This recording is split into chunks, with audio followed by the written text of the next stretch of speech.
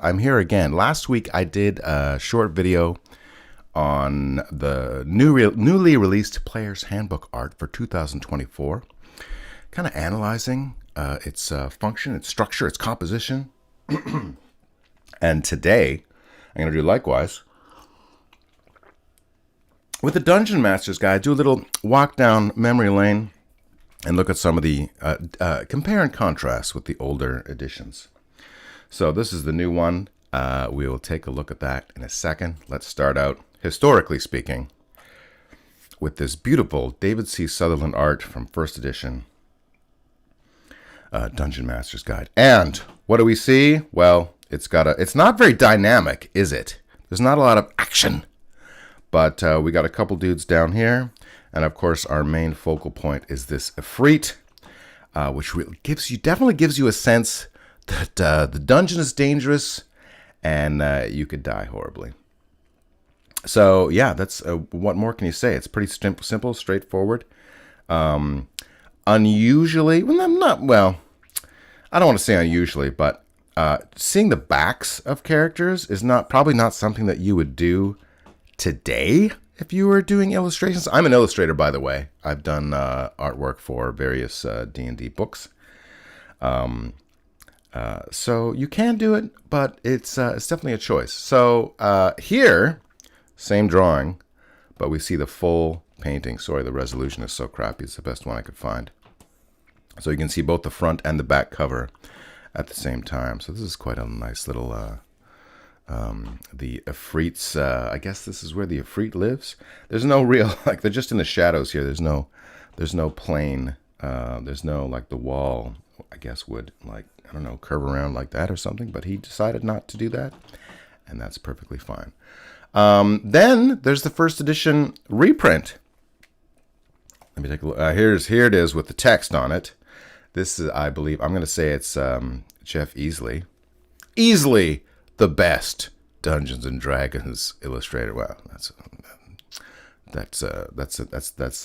up for argument. But also another straightforward. Obviously, you can see it. Let's go to the main the image unmarred by. Oh God, I'm having such troubles with my zoom.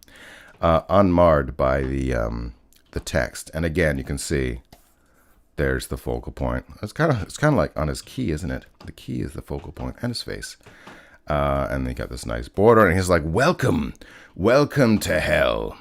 I don't know what's happening, but there's this army in the background. He seems like he might be evil. I don't know. Maybe he's just cryptic. But that's another great choice. So there's, we've seen that one already. Let's close that. There must be a second edition. Okay, here we go. Nope, that's not it. I got too many. All right, here we go. I can see it.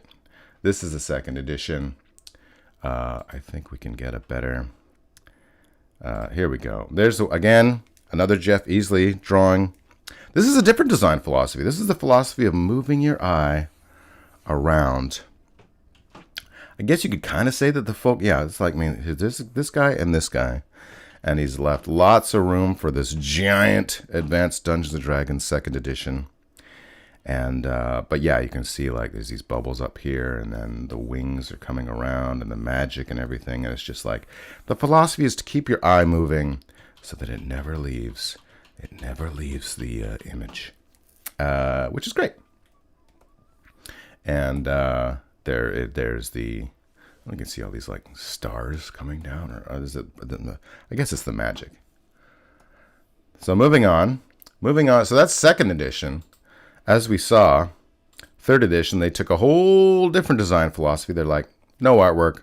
We're going to physically make this book and take a picture of the book. Last time, somebody pointed out on my Facebook that on the Player's Handbook, you could actually see the reflection of the guy taking the photo. No such luck on this one, but one of the gems in the Player's Handbook, if you zoom in real close, you could see a dude with the camera, which is great. I think this was a delightful design choice. It really made you feel like, you're in the world, immersive, if you would. And then I think I also have the back as well, which has this cool key kind of like locked into the book. Like, why would you keep the key with the book? What's the point of that? So that is, let's go to fourth. Our good old friend, Wayne Reynolds, I believe, did the artwork for all 3 of the core books.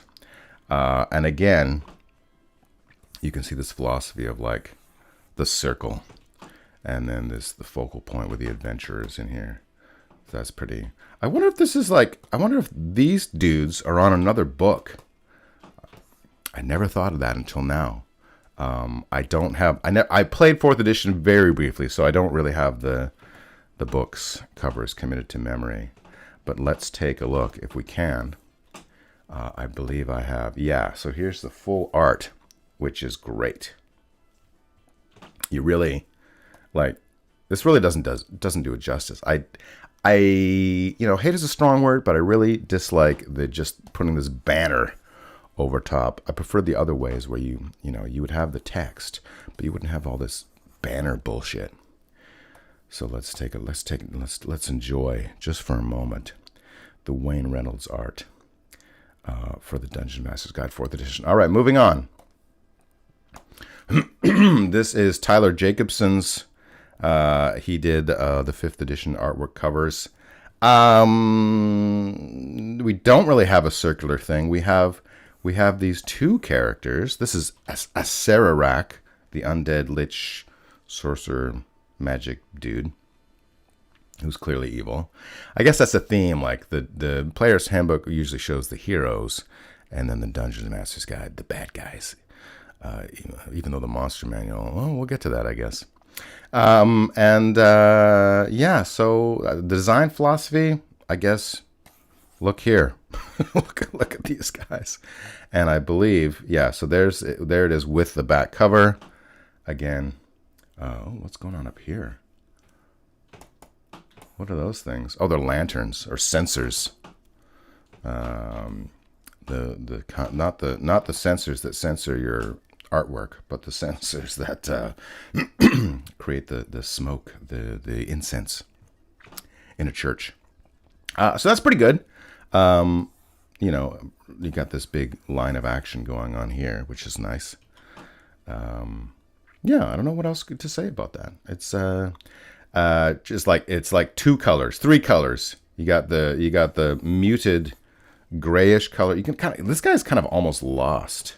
Like, if it wasn't for his like face and eyes, he almost blends into, like, it almost looks like someone's the Acererak's knee.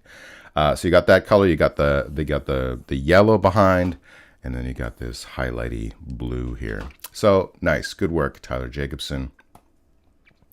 And then Tyler Jacobson also doing the new artwork. I wish I had. This is the only image I have, unfortunately. But we can see again what we got. We got this circle of the sword, the magic, and the magic going around, and this nice triangle of faces and characters.